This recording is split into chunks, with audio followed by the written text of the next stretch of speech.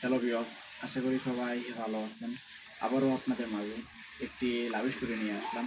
আজকের লাভ স্টোরিটা হলো ভাইয়ের শালী যখন ঘরের বউ। তো আপনারা তো বুঝতেই আছেন আজকে লাভ স্টোরিটা কতটা সুন্দর হতে চলতেছে।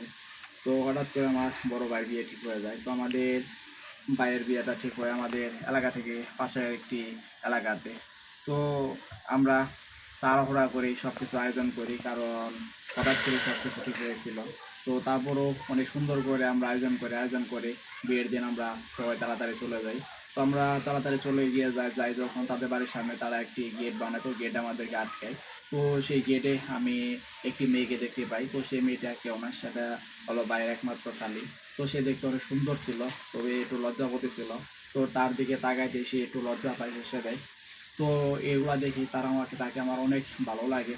তো আমরা গেটের ভিতরে চলে যাই, গিয়ে আমরা অনেকক্ষণ গল্প করি সবাই মিলে। তো কিছুক্ষণ পর খেয়াল করলাম যে সেই মেয়েটি আড়ি চোখে বারবার আমাকে দেখতেছিল। তো এগুলা আমিও দেখতেছিলাম আর একটু মজা নিতেছিলাম। তো আমার কাছে মনে হলো যে তার সাথে আমার কথা বলতেই হবো।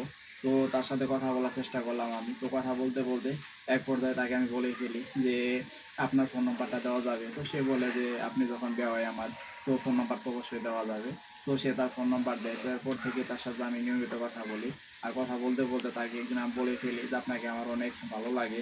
আর সেই ভালো লাগার কথাটা সে সরাসরি তার বোনকে বলে দেয়। তো সবাই রাজিও ছিল, পরিবারের সবাই। তো তাকে বউ করে আমাদের বাড়িতে আনে। আর আপনারা যারা এতক্ষণ পর্যন্ত আমার লাভের স্টোরিটা শুনলেন, তারা অবশ্যই আমার চ্যানেলটি সাবস্ক্রাইব করে দিবেন, শেয়ার করে দিবেন।